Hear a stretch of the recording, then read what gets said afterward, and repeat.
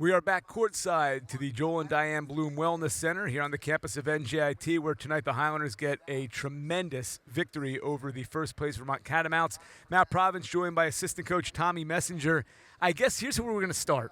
What was it like walking back into that locker room after one of the biggest wins in the last handful of years here for the Highlanders basketball program? I mean, it's an awesome feeling, and it's not necessarily even getting a win. Vermont's a great program. That means a lot. But these kids work so hard every single day, and it's so incredibly nice to see them rewarded for that. And to have it in a big spotlight moment against a team that hasn't lost a conference game in 400-something days, that's what it's all about. So we're on a high right now for sure.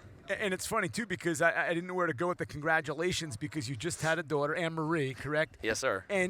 And that's one thing, and I was going to say, well, how does this compare? How did you do the scout? How did you watch all the video of Vermont to prepare your team with all this going on at home? Well, you can thank my wife for being the best wife ever. Katie's the biggest support.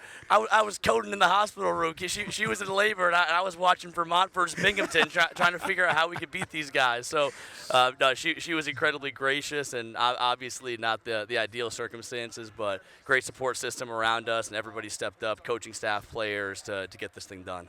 Yeah, think of the story that your daughter is going to have to tell years from now. We took out the team with the nation's longest winning streak as my dad was in the hospital cutting up film. So that's awesome news. And, you know, before we start, like, even looking individually, I watched this game. I saw 40 minutes of intense action, movement, hands on defense, relentless on defense. How did you keep that intensity up, and was, I'm assuming, that the focus of what you needed to do to play a team like Vermont? Yeah, and Vermont is such a good offensive team. They don't even run a ton of really intricate sets, but they're just so good at playing basketball. So that's a team that you can't let be comfortable. So the whole week we talked about making them uncomfortable. How can we do that?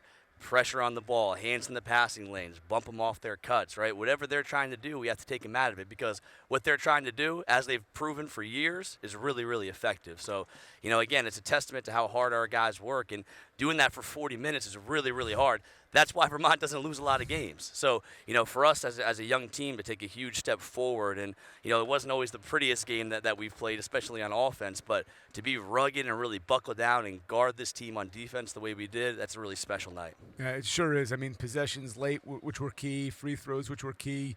But when you look individually, I mean, I've run out of things to say about Tariq the Freak. I mean, this is a freshman that is maturing so quickly in front of our eyes. It's the layups, it's the mid-range game, it's three-pointers, it's scoops, it's teardrops, it's from the free throw line, 0 turnovers. Yeah. Not to mention 8 rebounds, but 0 turnovers. That performance. Yeah, and that's what I was going to say, too, is you think about a kid like Tariq, and obviously he's incredibly talented. I'm not even talking – I'm used to that, right? We see that every day in practice. Tariq can score. He can shoot. He handles the ball really well.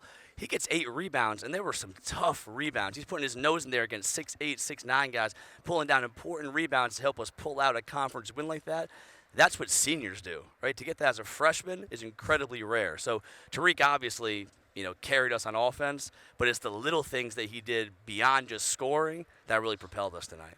Yeah, he was sensational. I think, too, obviously you lose Kel DeGraff, that announcement before the game, tough loss. Poor kid has dealt with a myriad of injuries. So you need everyone to step up. But Elijah Buchanan returned. Yep. And, you know, it wasn't always pretty, at least early on. But I think down the stretch you guys seem to have the confidence that if it wasn't in Tariq's hands, let's get it to EB, and he delivered. Yeah, absolutely. And EB's been that calming presence for us from the very first scrimmage that we had. You know, we rely on him for a lot. And, again, peeling beyond just the box score, when their number 0 had 3 straight dunks, he said, oh, no, you know what? I'm guarding him, right? EB's 6'4". He's guarding a 6'8", 6'9" center, right? And he battled down in the post. So he took that upon himself.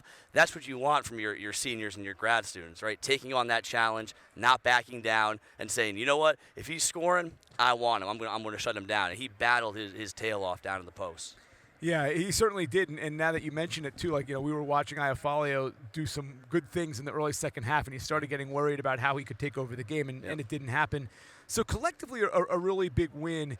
And it's not just beating Vermont. It's the fact that, look, you guys now could move into a three-way tie with teams with a couple of wins. So there's a lot of season left. You got to get one of those top 8 spots and hopefully continue to climb. But what is the big teaching point? What, aside from the effort, but I think that was obvious. And this team has efforted pretty much all year long. That has not been a problem.